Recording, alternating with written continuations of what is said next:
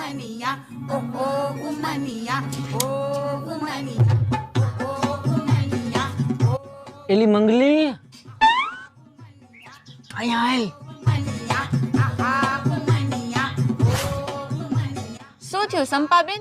એ કૌસુ ઓલી હંસાનું ધ્યાન રાખજો કાયમ હેઠવાડો નાખીને વહી જાય છે હે હા મુય આ તો હું બારીમાંથી જોઈ જાઉં ને એટલે બાકી મારે શું ગામની પંચાયત હે હાચું કા?